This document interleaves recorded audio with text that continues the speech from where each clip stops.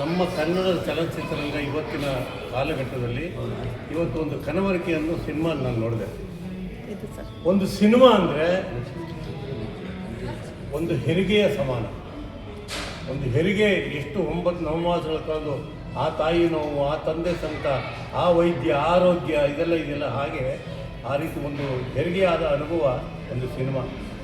ಈ ಸಿನಿಮಾ ಇವರು ನನ್ನ ಹತ್ತಿರದಿಂದ ಈ ನಿರ್ಮಾಪಕರನ್ನು ನಿರ್ದೇಶನ ಕಂಡಿರೋದ್ರಿಂದ ಆ ಹೆರಿಗೆ ಕೆಲವು ಸಲ ಸಲೀಸಾಗುತ್ತೆ, ಇವ್ರ ವಿಷಯ ಸಲೀಸಾಗಿಲ್ಲ. ಇದನ್ನೇ ಹೆಚ್ಚಿಗೆ ಬಿಡಿಸಿ ಹೇಳಬೇಕಾದಿಲ್ಲ. ಆದರೆ ನನಗೆ ಬಹಳ ಮೆಚ್ಚುಗೆ ಆಗಿದ್ದು ಈ ಸಿನಿಮಾ ನನಗೆ ಯಾಕೆ ಮೆಚ್ಚುಗೆ ಆಯಿತು, ಇವತ್ತಿನ ಕಾಲಘಟ್ಟದಲ್ಲಿ ಬರೀ ಹೊಡೆದಾಟ ಸಂದರ್ಭದಲ್ಲಿ ಇದು ತುಂಬ ಒಂದು ಸಂದೇಶವನ್ನು ಕೊಟ್ಟಿದೆ.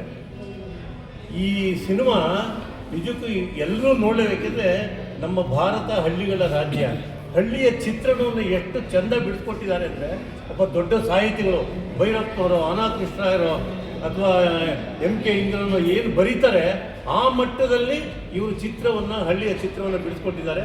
ಅದಕ್ಕೆ ನಿಜಕ್ಕೂ ನಾನು ಒಬ್ಬ ಕಲಾವಿದನಾಗಿ ನಿರ್ದೇಶಕ ಕಾರ್ತಿಕ್ ರಾಮ್ ಅವ್ರಿಗೆ ಮತ್ತು ನಿರ್ಮಾಪಕರಾದ ನಮ್ಮ ಕರಾಟೆ ಶ್ರೀನಾಥ್ ಹಾಗೂ ಎಲ್ಲ ಅಭಿನಯ ಮಾಡಿ, ವಿಶೇಷವಾಗಿ ನಿರ್ದೇಶಕರು ಒಳ್ಳೊಳ್ಳೆ ದೃಶ್ಯಗಳು, ಹಳ್ಳಿ ದೃಶ್ಯವಂತೂ ಕಣ್ಣಿಗೆ ಕಟ್ಕೊಟ್ಟಿದ್ದಾರೆ. ಇವತ್ತಿನ ಮಕ್ಕಳಿಗೆ ಹಳ್ಳಿ ಅಂದರೆ ಗೊತ್ತಿಲ್ಲ. ಈ ಸಿನಿಮಾ ನೋಡಿಬಿಟ್ರೆ ಹಳ್ಳಿ ಗೊತ್ತಾಗುತ್ತೆ.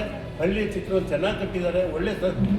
ಒಳ್ಳೆಯ ಒಂದೇ ಒಂದು ಸಾಲಿನ ಸಂದೇಶವನ್ನು, ಹಣವೇ ಬದುಕಲ್ಲ ಅನ್ನೋದನ್ನು 1.5 ಗಂಟೆ ಸಿನಿಮಾ ಕಟ್ಕೊಡ್ತಾರೆ ಅಂದರೆ ಇದು ನಿಜಕ್ಕೂ ಒಳ್ಳೆಯ ಸಿನಿಮಾ. ಜನಗಳು, ಅದರಲ್ಲೂ ವಿಶೇಷ ಕನ್ನಡ ಜನಗಳು ಚಿತ್ರಮಂದಿರಕ್ಕೆ ಬರಬೇಕು. ಈಗ ಈ ಕನವರಿಕೆ ಏನಿದೆ, ಇವರ ಕನವರಿಕೆ ಅಂದರೆ ಕನಸು ಕಾಣೋದು. ಇವರ ಕನಸು ಮತ್ತಷ್ಟು ನನಸಾಗಲಿ, ಇವ್ರ ಕಡೆಯಿಂದ ಇನ್ನೂ ಒಳ್ಳೊಳ್ಳೆ ಚಿತ್ರಗಳು ಬರಲಿ.